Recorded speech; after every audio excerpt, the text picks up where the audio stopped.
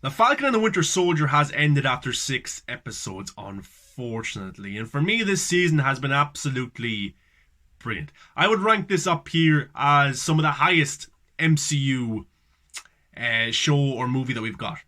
In a world where Infinity War exists, in a world where the Winter Soldier exists, I would put Falcon and the Winter Soldier right up there. It's that damn good. And for a room of black writers and a female director to direct all 6 episodes, they did an amazing job. Unbelievable stuff. They tackled themes of racism, of depression, of governments, of terrorist groups, of how soldiers are treated in their costumes and outside of their costumes in terms of what they wear to go into battle and how they're looked at in society. And they really decided to tackle these issues, but to treat them in a serious way. And to not make jokes of it. But when they brought these teams up, they decided to say, okay, this is the way the world is. We're going to tell it as it is, but with superheroes. And I really appreciated that. And they did an unbelievable job. And for me, they stuck the landing for the finale. That's something that WandaVision, for me, didn't do. WandaVision was more of a mystery. This was more of a political thriller, a mirror image of society, of people, of how people are treated. And I think some of the performances, the writing, the dialogue, everything like that was just brilliant. Anthony Mackie, for me, I love the guy. I think he is brilliant, and now he is Captain America. Now, I'd love to see a season 2 of this show. I really would. The Falcon and the Winter Soldier. But then the sequel would probably be titled Captain America and the Winter Soldier, as we got to see by the end of the episode. But could we see a Sam movie? That would be awesome. But I think this series really suits the character because you can develop a lot more. You can delve deep into how these people are when they're saving people and when they're just kind of living their day-to-day life. But the finale, of course, we were going into it thinking what exactly is going to happen. The flag smashers are trying to prove a statement. They're trying to, take on the American government because they're trying to, the borders around each country have been closed. People are left in poverty. People are left sick because the years of the blip, when everyone vanished, everyone was kind of helping each other. There was no borders. But now, since everyone's back and the Avengers saved the day, the borders have gone back up. The governments are mining themselves and things like that. And the Flag Smashers are trying to change this. And the Flag Smashers, for me, weren't really a terrorist group. They weren't really villains, but they ended up doing some bad shit, which they were cemented to be villains then. And then, of course, you had all the elements with John Walker, who was chosen by the government to be the next Captain America. And then he killed one of the Flag Smashers in daylight in front of cameras. And then he is isolated and told, you're not going to be Captain America anymore. And the shield is taken away from him. He's dealing with the struggle of being Captain America. And then the struggle of letting that down. Letting the shield down, letting his country down. And then being looked at as in a negative way. Then, of course, you have Sam trying to deal with, is he good enough to be Captain America? The government doesn't want him to be Captain America. Do society want him to be Captain America? Even though Steve Rogers chose him, was he the right choice? Then you have Bucky going through all the shit he's going through, but in the past, killing people, trying to get over being the Winter Soldier.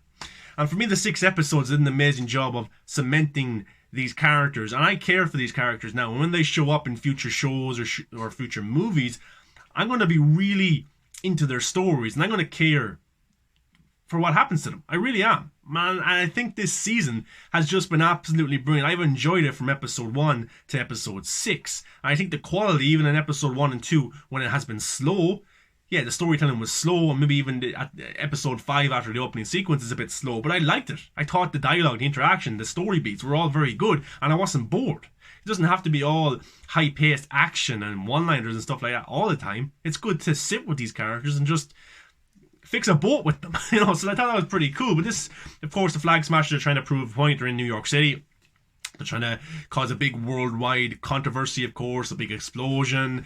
And then you have Sam, you have Bucky trying to save the day. Sharon Carter comes along as well from Madripoor. And how did she get into the country? But she's wearing this kind of, this tech where she's able to change her appearance or her face and stuff, which was pretty cool. But yeah, look, this was really high-paced, this episode. It was full of action. It was so high-paced, so much action. And I was like, oh my god, is this a John Wick movie I'm watching? Because the action was just non-stop. And by the end of the episode, of course, when things conclude, it dies down a bit and then we get to hear more dialogue and stuff like that. But it was really high paced for a long time in this episode. And we finally get to see Sam as Captain America. He is Captain America now. He's not the Falcon anymore, or the Black Falcon as some people call him. He is Captain America.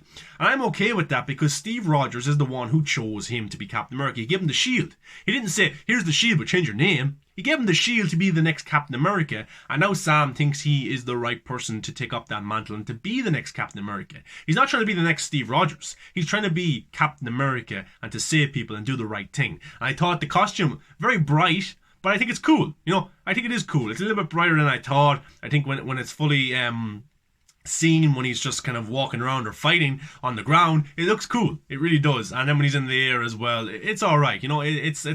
It's not an amazing suit, but it's a little bit bright, but still it works for that, and he is Captain America now. But he has some awesome action sequences, especially against George St. Pierre, I think the UFC fighter, former UFC fighter.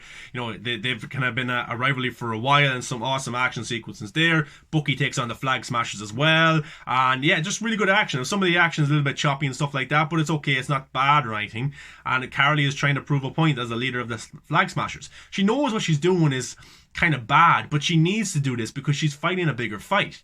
And I thought that, because I can see myself in her shoes, I can see myself in John Walker's shoes, and for somebody who is a white man to really feel for Sam what he's going through, and Isaiah Bradley as well, it really hits you. It hits you hard, and I think if you're watching the show, you're going to feel for these characters. Even though you've not gone through something like that before in your life, you can feel for these characters, and you feel really bad for them.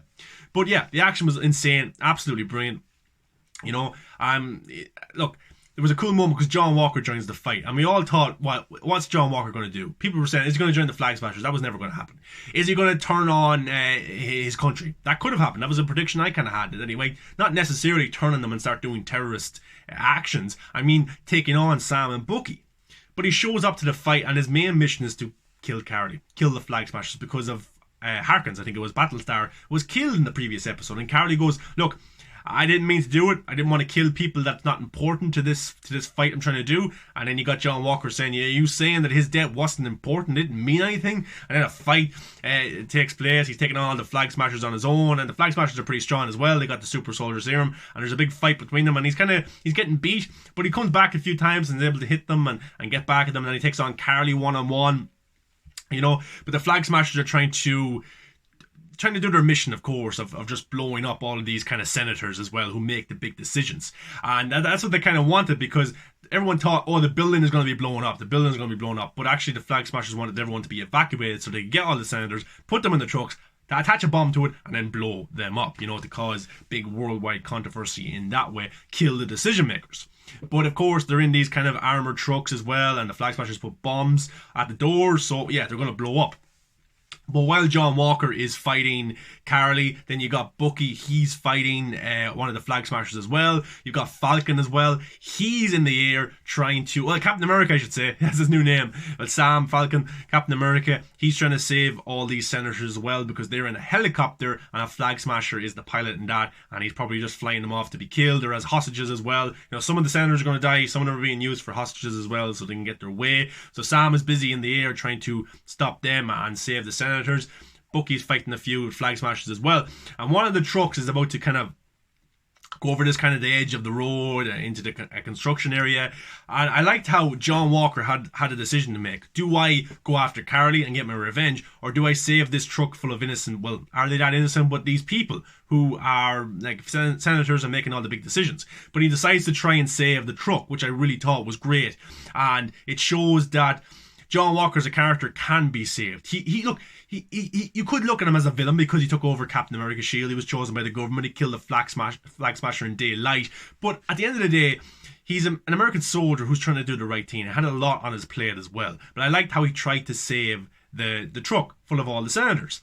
And while he's trying to pull it back and save them all, the Flag Smashers are trying to get all over him, and he's holding the truck by one hand, he's fighting them off by one hand, and then they actually push him off, and the truck's about to fall. You got Sam Bucky at the bottom as well, but then Sam, of course, Captain America, the Falcon, comes in and saves the day and gets the truck, and then the Flag Smashers run off, and then they're kind of in this underground base, where you got Sam, you've got Bucky, you got John Walker, who's now working with them, which is pretty cool, going after the Flag Smashers and trying to stop them once and for all. And Carly then meets Sharon Carter, and it's revealed, the worst kept secret ever, that she is the power broker. I think everyone predicted that the minute we got to see her in Madripoor. Oh, Sharon Carter, she's the power broker, and everyone was kind of right for that as well. But look, Sharon Carter feels betrayed. Her country turned on her. She was isolated. She was an outcast and stuff like that. So she's trying to create her own kind of team, her own kind of group of, not terrorists, but people trying to make change and people who want their own power. And that's what kind of Sharon Carter was trying to do, use the super soldiers, give them serum so they could work for her, but then they went their own way to try and change the world. And even Carly was trying to say that to her, look, I'm not here to fight your fight, I'm here to help people and fight the good fight. So there's a cool interaction there. Then George St. Pierre shows up, him and he's been around since Winter Soldier, is it, or Civil War? And he comes in and he's like, oh, power broker, you're the power broker, you're the one who hired me, to spy on the Flag Smashers and stuff like that. So, but he's shot dead, but there's a kind of a Western kind of the good and the bad and the ugly happens there, with all three of them have guns.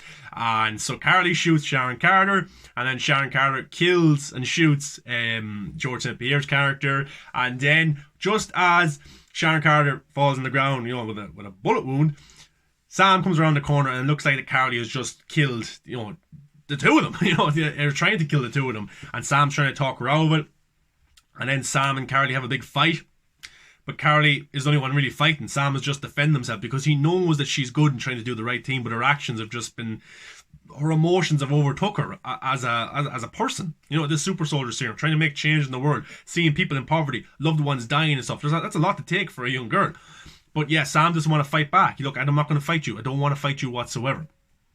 And then, of course, you have John Walker and Bucky working together as well, and they capture all the rest of the Flag Smashers as well. That was pretty easy. And then they're put into a truck to be brought off to prison.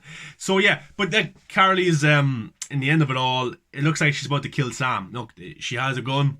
She's going to kill Sam, but Sharon Carter comes in and saves the day and shoots and kills Carly, and Carly's like, I'm sorry. She says sorry to Sam. But Sam always knew that she wasn't that bad of a person. And there's a cool shot where Falcon, as Captain America, flies out with Carly in his hands, and she is dead, of course, and you have all the media and stuff. Very kind of Man of Steel-esque or Superman-esque in terms of Batman v Superman, where he's flying down and there's just civilians and human beings around watching and cameras out and stuff like that. But yeah, that was pretty cool, but nobody found out that Sharon Carter was the power broker. Nobody. It was never revealed in this episode, so I wonder will that be brought back up in future movies or future seasons of this show, which was pretty cool. But then you have Sam, which was a great scene. He takes on all the senators. He tells them what's what. He tells them, have you ever put yourself in other people's shoes? The decisions you make affect other people and their lives and the way they live and stuff like that. And it was all captured by the media, of course. And that was a pretty good scene. It went on for a long time. Anthony Mackie probably isn't the best actor in the world, but he did a pretty good job here. And he's very good and likeable as Sam and as Falcon and Captain America. He looks good in all the suits. He's a good actor, and he did very well in that scene, and the media captures it as well. And that really cements him as the new Captain America taking over for Steve Rogers. It really does. So, yeah, I thought it was great. He told all the senators, it was captured and stuff like that. I think Bucky had a funny kind of line towards him because he was watching from afar. You had John Walker as well watching. And Bucky goes to Sam after he finishes the big speech, like, sorry, I was texting, I missed that. That was pretty funny, actually, like that. And John Walker's there as well. And John Walker realizes, like, where he kind of went blind as well by listening to Sam. So I thought it was pretty good. It was really well done, and that really cemented him as the new Captain America. So that was pretty badass. Then Sharon Carter, of course, brought off to get her wounds fixed, but she isn't revealed to be the power broker, so I'm interested to see how that comes up. And then we had a very emotional kind of scene where Bucky goes to the old man. Of course, he befriended this old man, but we found out then that he had killed that guy's son, and he didn't really know how to tell him and stuff. But in this episode, he goes and tells him, look, I was a Winter Soldier, I had no choice, I killed your son. And the guy didn't really show his reaction that much, but I don't think he forgives Bucky, but I don't think he hates him either in a way, So I just think that was beautifully done, the way he got to reveal everything. And of course, he left a note for his psychiatrist with the book with all the names crossed off. Thanks for everything, Doc, stuff like that. So that was pretty cool as well. Bucky kind of gets closure in this episode. We get Sam goes to Isaiah Bradley, of course, was a super soldier serum back in the 1950s, fought in the Korean War, of course, brought back, experimented on, put in prison for 30 years, really looked down upon, and his morals about the American way and justice and all that kind of stuff was really soured because of the way he was treated, and he was trying to convince Sam that no respecting man would want to be Captain America, and the government would never let a black man be Captain America. But Sam, of course, in his speech to the senators, and it was captured by the media, Isaiah realizes that change can happen, and maybe Sam is the one to cement that change. So I thought it was really well done. And then Sam is able to bring Isaiah and his grandson to the Captain America Museum, and there's a part of the museum dedicated to Isaiah Bradley. So I thought that was brilliant. Really nice from Sam to do that as well, and I thought it was awesome from his grandson is pretty likable as well. And there's talks that I think in the comic is Isaiah Bradley from the comics. You guys might know, I'm not too sure, but there was talks that his grandson might be able to get his super soldier serum in some way, so that might be brought up in the future as well. That'd be pretty cool. But an interesting one was kind of the evil butler, Zemo has his butler, of course. We got to see in episode 2 or 3 on the plane, the private jet. And he seemed like a harmless enough butler, get the food, drink, stuff like that. An older man who's just barely alive. And while the flag smashers are being brought off in the armoured trucks to be brought to prison, it blows up. And they're killed. And then it cuts to the butler. He's in his in his car, and he's the one who blew them up. And then he cuts to Zemo in prison as well, and he is there, and he just kind of hears it on the news, and then a smile on his face, and he gets back into his bed to rest. So that was interesting how Zemo got his way and killed all the flag smashers. But it's interesting, where did he get the radio connection, and if he's in Wakanda or wherever he's in prison? So thought that was interesting. But then we kind of get to see a bit of Sam's family as well, and they're all hanging out on the boats there and back in his hometown. Sam is there as well, and the episode ends, and for me the episode was absolutely brilliant. I just thought it was great. Like, it wasn't a perfect episode of television or anything like that. It felt like they were cramming a lot in episode 6. That's why there was so much action. That's why it may have benefited to 8 or 9 or 10 episodes, but for what they did, I thought it was brilliant. Really enjoyed this season for overall episode. I will definitely go back and rewatch everything, episode 1, 2, 3, 4, 5, 6, because it's so connected together. It's basically it's a 6-hour movie of the Falcon and the Winter Soldier, and it delves deep into the consciousness, into the feelings, into what these characters stand for, and the way the government, the way society treat them. So I thought it was brilliant. We'll have to see if we get a season 2. I would definitely watch a season 2. I would actually prefer a season 2 than a movie, because with a season you get to delve in with these characters a little bit more than a movie that will just be 2 hours or an hour and 15 minutes, So fair play to everyone involved in this show. I think it's amazing. I think it's top tier MCU quality. I think it's some of the best superhero content that I have ever watched, and I count that up there. I rank it really high. I don't know if I can rank it with the movies or I can just rank it with TV seasons, but in terms of just comic book genre adaptation and quality, the Falcon and the Winter Soldier is up there. It's absolutely brilliant. And fair play to Disney Plus. They have a really big hit in their hands, a really great show, and performances alike. Just a great season of television. And where would I bring the season in season 2? I don't know. There's so much you could do. You could bring in Zemo again. Maybe he has more intentions. I don't know exactly where you could bring in or what you could bring into a season 2. But I'm sure a lot of people still wouldn't be happy with Sam as being a Captain America. I'm sure they wouldn't. And that's another thing as well. People were kind of theorizing that Steve Rogers might show up, and I'm glad he didn't show up, because the thing is, people asking for Tony Stark to come back and for Steve Rogers to come back. The thing is with those characters is they had their story arc. One of them died. He's dead. He's gone. Now, he might come back in the future in some way. Of course, it's the MCU. It's comic book movies. You can change whatever you want. But I just thought the way those 2 character arcs ended were perfect, and they were really good. And I would love to see Steve Rogers pop up again, maybe. But here in this season, you didn't need it, because it was about cementing Sam from being the Falcon to Captain America. And that was the journey that the 2 of them went on, Sam and Bucky, and dealing with their own struggles. And I think if you just shoehorned Steve Rogers in there, it just would have been cool, but it maybe would have taken away from these 2 characters who were going to be staying around for a lot longer than Steve Rogers in the MCU. So I'm glad he didn't show up for a cameo, even for just a second, even just for a nod of approval, because we already got the nod of approval. Back in Endgame, when he gave him the shield, he chose him for a reason, and now we get to see why he chose him. So I think that's pretty amazing. But guys, what's your thoughts on the Falcon and the Winter Soldier episode 6, or the whole entire series? Just really good stuff. Really enjoyed it, and I'm interested to hear your thoughts. Give a like, comment, subscribe, come follow me on all the social medias. Movies That Matter, just search it and you'll find me. But really enjoyed it. Awesome stuff. There's so much you could do with season 2.